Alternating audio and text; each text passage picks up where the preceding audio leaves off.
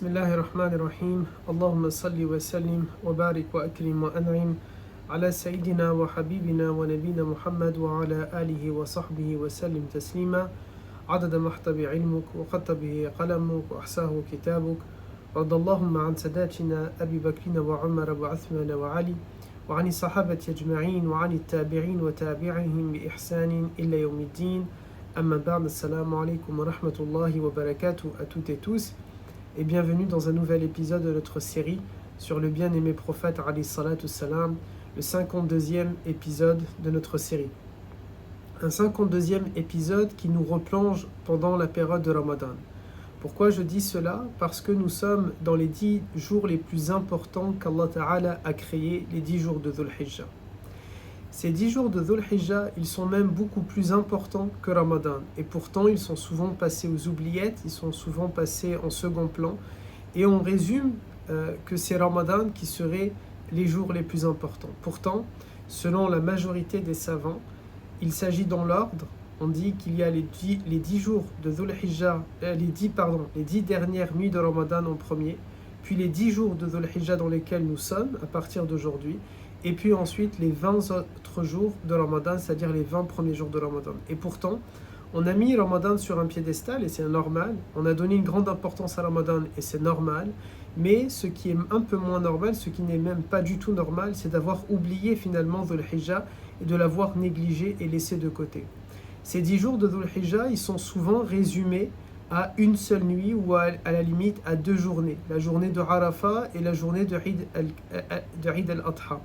Ces 2 journées-là, nous allons les évoquer et en parler la semaine prochaine, bi'idnillah, si Allah Ta'ala nous le permet. Mais tous les autres jours, c'est-à-dire du jour 1 jusqu'à son dernier jour, on les oublie. De la même manière que parfois, on résume les 10 dernières nuits de Ramadan à la nuit du destin, ou pire encore, on va résumer Ramadan, certaines personnes ont résumé Ramadan à la nuit du destin.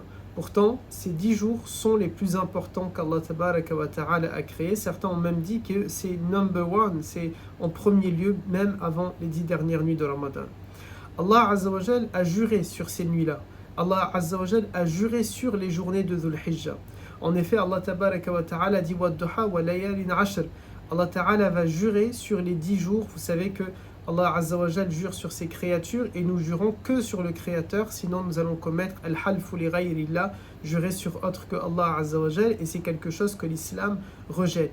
Mais Allah Tabaraka wa Ta'ala, lui, Azza wa Jal, va jurer sur ses créatures, sur ce qu'il a créé. Et il a créé les 10 jours de Dhul Hijjah et il a juré sur les 10 jours de Dhul Hijjah pour nous montrer son importance. Dans ces 10 jours-là se pose donc la question, et voilà pourquoi j'ai dit, c'est comme un feedback de Ramadan, comme un retour en arrière, une remise en question sur nous-mêmes, comme nous avions l'habitude de le faire, ces feedbacks-là, pendant Ramadan. Pourquoi? Parce que les 10 jours de Dhul Hijjah sont également des jours de miséricorde, des jours de pardon, des jours de rahma, des jours où l'on peut obtenir as-sakina, des jours qui vont être dans leur quintessence avec cette fameuse journée de Arafat où Allah Ta'ala va nous pardonner des péchés, mais on verra justement quand on fera un épisode sur Arafat bi'idnillah, peut-être la semaine prochaine, qu'est-ce qu'il s'agit réellement. Est-ce que c'est véritablement 2 ans de péché et puis tout va bien? Parce qu'il faut faire attention à ce genre de discours-là. Si on va simplement répandre que c'est 2 ans de péché pardonnés à Arafat, vous allez avoir une jeunesse musulmane qui va être tentée, et de nouveau, comme une tradition, il y a mon chat qui va bientôt arriver, comme la jeunesse musulmane, qu'est-ce qu'elle va faire? Elle va faire zina, elle va voler, elle va mentir, elle va tricher, elle va corrompre, elle va commettre des injustices, elle va faire des oppressions, etc., etc. Et puis elle vous dira, vous m'avez dit que lors de Arafat, nous avons 2 années qui sont effacées, et puis vous voyez comment finalement ça peut inciter certaines personnes à commettre l'irréparable ou à commettre des choses qu'il ne faut pas. Et donc il faut absolument que l'on fasse attention à ce genre de paroles, mais on aura l'occasion de reparler de Arafat bi'idnillah la semaine prochaine. On va essayer nous de se concentrer dans ce petit épisode des 10 jours de Dhul Hijjah de manière générale. Lors de ces 10 jours, qu'est-ce que l'on doit faire? Tout d'abord, beaucoup de takbir, beaucoup de Allahu Akbar. Nous devons faire ce qu'on appelle takbir al-mutlaq, c'est-à-dire en abondance, à toute occasion, à chaque moment, de nuit, de jour. Lorsque nous sommes assis, allongés, en train de marcher, en train de faire quelque chose, il est recommandé de répéter à outrance, j'allais dire, mais c'est peut-être un bon mot, un bon terme choisi ici, à outrance, Allahu Akbar, Allahu Akbar, Allahu Akbar. Ce sont 10 jours durant lesquels il nous faut absolument les faire, beaucoup plus que les autres dhikr. Mais les autres dhikr doivent également être faits. Ce qu'on appelle at-tahlil, le fait de répéter la ilaha illallah, at-tahmid, le fait de dire alhamdulillah, mais surtout, takbiratul mutlaq, c'est-à-dire vraiment de le dire en toute occasion, en tout temps, constamment pendant ces 10 jours-là. Et puis dans le jour de Eid al-Adha et les jours qui vont suivre la journée même de Eid al-Adha, il y a encore un takbir à faire, mais là aussi on essaiera de l'évoquer, d'en parler la semaine prochaine, bi'idnillah. Durant ces 10 jours-là également, ce sont des moments où il faut faire ce qu'on appelle al-amal al-salih.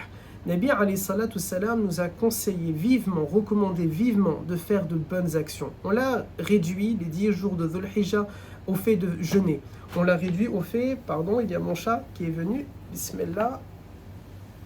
On l'a réduit simplement au fait de jeûner. Or, jeûner bien sûr, c'est l'une des meilleures adorations, c'est l'une des meilleures actions que l'on peut faire. Mais le prophète alayhi salatu salam nous a donné un conseil qui est général dans l'adoration. Il l'a défini en al-amal al-salih, c'est-à-dire vraiment de faire le plus possible de bonnes actions. Ces bonnes actions, elles sont nombreuses. Mais quand on fait des bonnes actions, il nous faut vraiment faire attention à notre intention. Qu'est-ce que l'on recherche réellement? Est-ce que je cherche à plaire à Allah Azza wa Jal ou est-ce que je veux que le monde le sache? N'oublions pas, et parce que c'est une occasion, et on a constamment dit, c'est une tradition et il faut qu'elle le reste, qu'il nous faut lire les enseignements du prophète ou les versets du Coran en tirant des enseignements.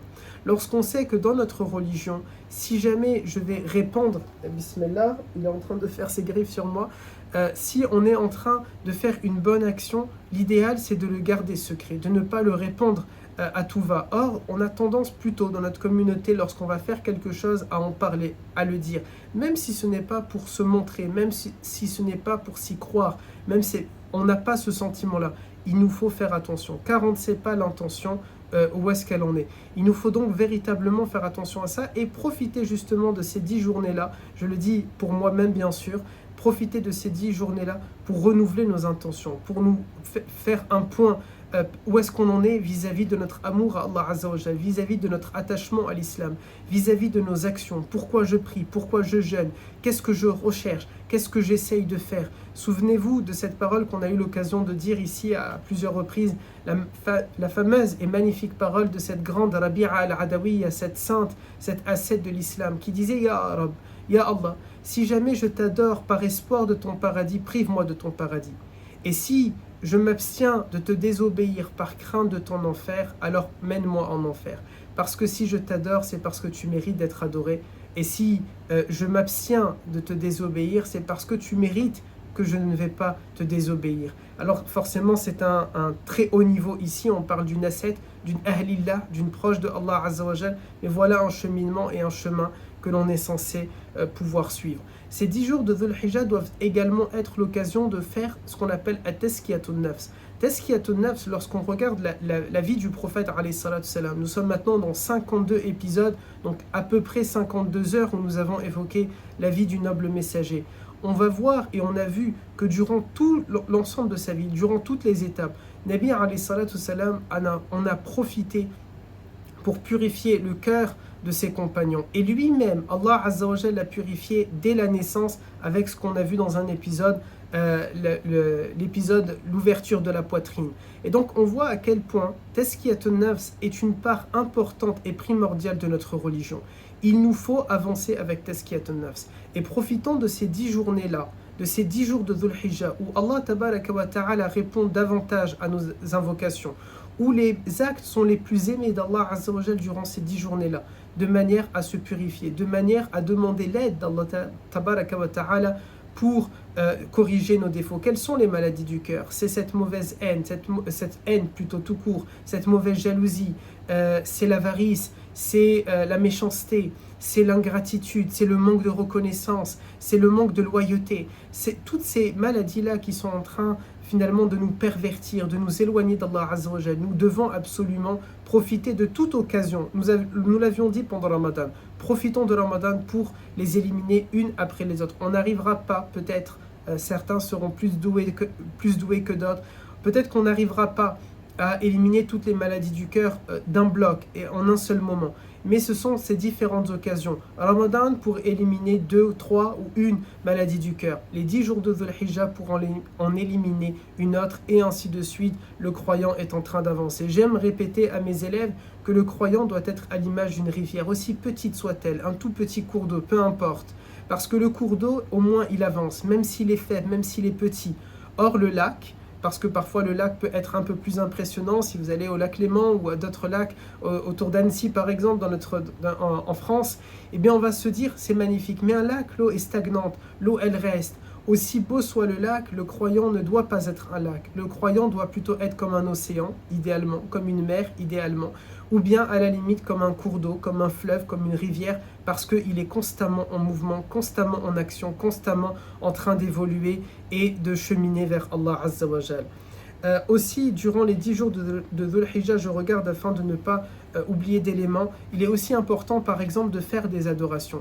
Et quand on fait des adorations, il est aussi important de se rappeler la priorité des adorations. On a tendance à voir, et j'ai eu l'occasion de le dire pendant Ramadan, on va mettre l'accent sur Tarawih, mais on oublie les prières obligatoires. Et on a parlé d'intention à l'instant.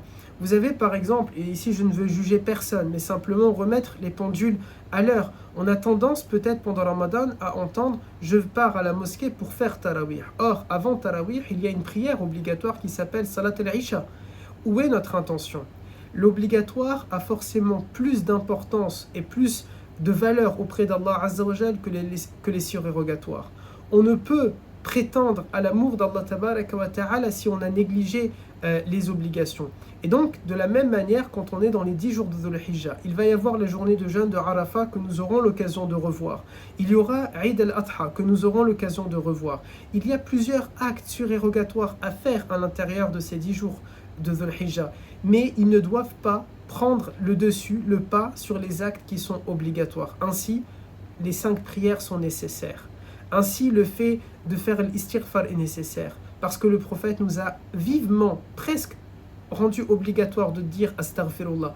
Lorsque le bien-aimé d'Allah tabaraka wa ta'ala, celui qui est khayru khalqillah, celui qui est l'objet de notre étude depuis 52 épisodes, celui qui est le plus aimé, celui qui va bénéficier de maqam al-mahmoud, celui qui va être le seul à pouvoir intercéder en notre faveur en faisant ash-shafa'a, celui qui est le seul que Allah tabaraka wa ta'ala va lui dire le temps de l'adoration est fini, demande et je t'exauce. Cet être-là, ce bien-aimé-là, celui dont le nom Muhammad signifie celui qui est loué dans les cieux et sur la terre, lorsqu'il nous dit alayhi salatu salam, et on a eu l'occasion de voir, Allah Ta'ala le décrit en tant que rahmatun lil alamin, Allah Ta'ala le décrit comme étant quelqu'un qui n'est pas fou, quelqu'un qui n'est pas possédé, quelqu'un qui n'est pas un menteur, quelqu'un qui est intègre. Lorsqu'on regarde sa vie et qu'il nous dit alayhi salatu salam, demandez pardon parce que je le demande minimum 100 fois par jour, cela en dit long, c'est presque une obligation. C'est comme s'il est alayhi salatu salam en train de nous dire je ne fais pas de péché, je suis ma'soum, il est infaillible alayhi salatu salam,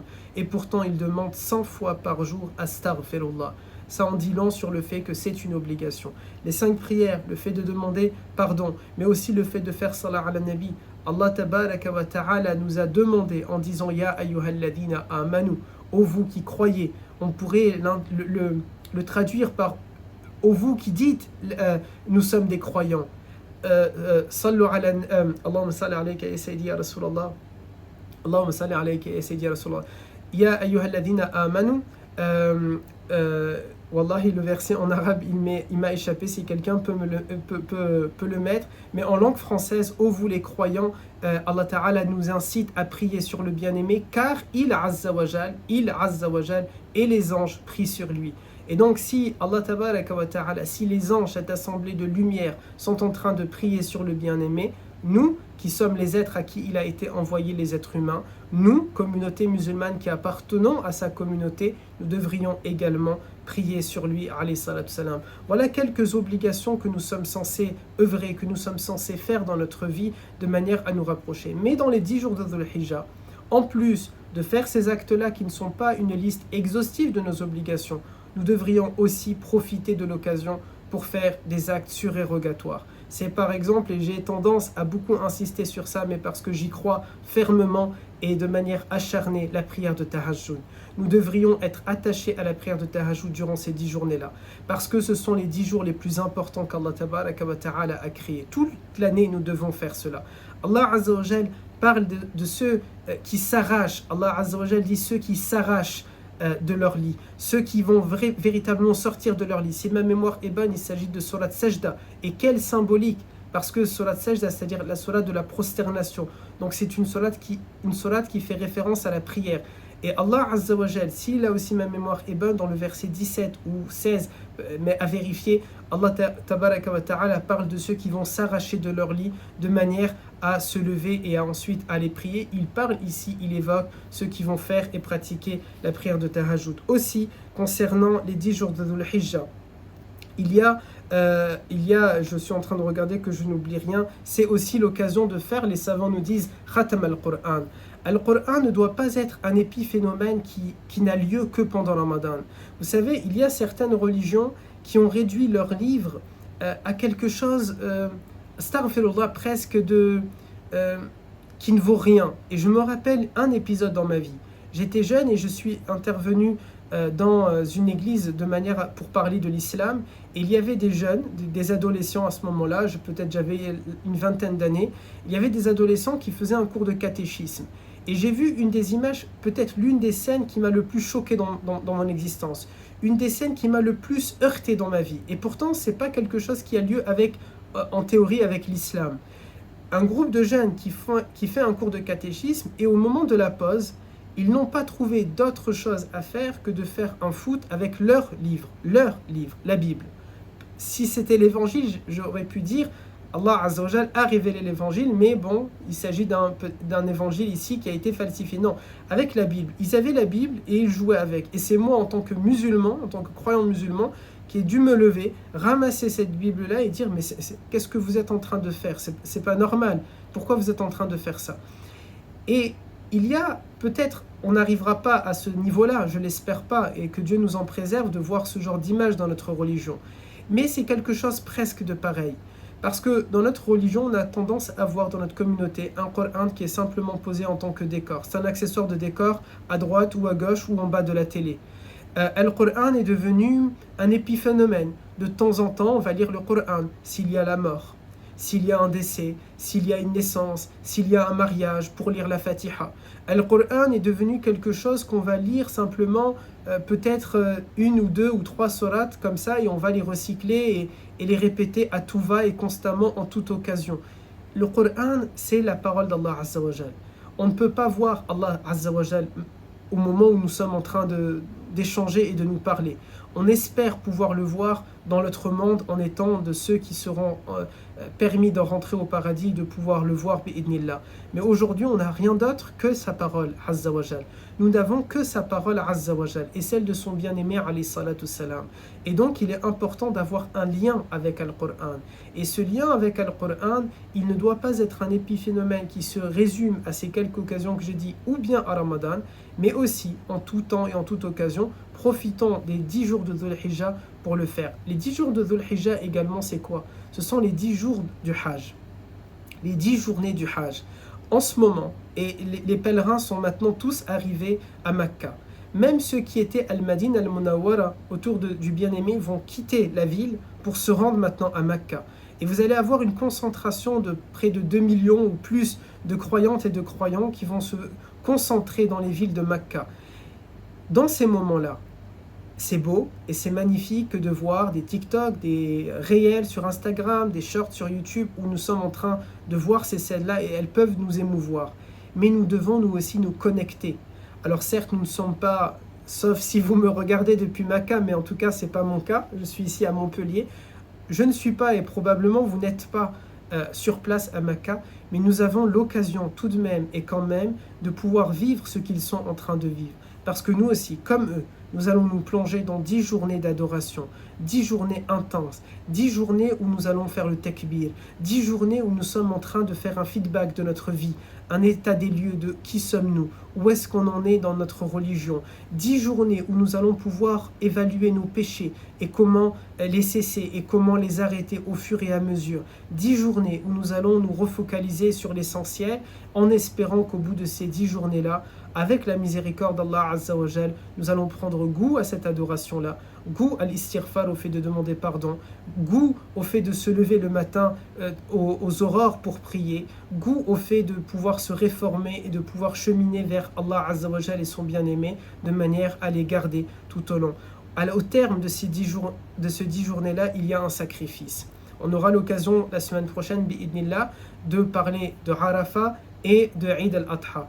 Il y a un sacrifice. Je me permets juste de dire, il y aura un sacrifice au bout de ces 10 journées-là. Quel sacrifice nous allons faire aussi pour Allah Azza wa Jal? Il ne s'agit pas que de sacrifier une bête et un animal. Il s'agit de sacrifier nos pulsions, nos tentations, nos mauvaises actions. Il s'agit de purifier, de sacrifier du coup nos mauvaises envies, notre mauvaise jalousie, de sacrifier ces maladies du cœur qui sont en train de nous ranger, qui sont en train de rentrer en nous-mêmes. Voilà aussi les sacrifices qu'il nous faut faire à l'occasion de ces 10 journées-là de Dhul Hijjah. Et puisqu'on a dit que c'est un retour comme à Ramadan, eh bien ça sera un tout petit épisode simplement où on était en train de parler des 10 journées de Dhul Hijjah. Profitez-en donc pour demander pardon à Allah Ta'ala, pour vous réformer, pour vous rapprocher de lui, pour faire ad-dhikr, pour augmenter vos adorations, tout en priorisant d'abord les obligations, puis les actes surérogatoires, bi'idnillah. Et dans la lignée des épisodes de Ramadan, on va s'arrêter là au bout de 20 minutes, bi'idnillah. Ne m'oubliez pas, dans vos invocations et dans vos du'as. Puisse Allah tabaraka wa ta'ala accepter notre repentir, accepter nos invocations. Puisse Allah Azza wa Jal accepter le pèlerinage à nos sœurs et nos frères qui s'y sont rendus. Et puisse Allah Azza wa Jal accepter également l'ensemble de nos actions, l'ensemble de nos amal salih que nous allons faire durant ces 10 journées-là. Barakallahu fikum, wassalamu alaikum wa rahmatullah, subhanakallahumma wa bihamdik, nashhadu an la ilaha illa ant, nastaghfiruka wa natubu ilayk, subhana rabbika rabbil izzati amma yasifun, wa salamun ala al-mursalin, walhamdulillahi rabbil alamin. Barakallahu fikum, assalamu alaikum wa rahmatullah.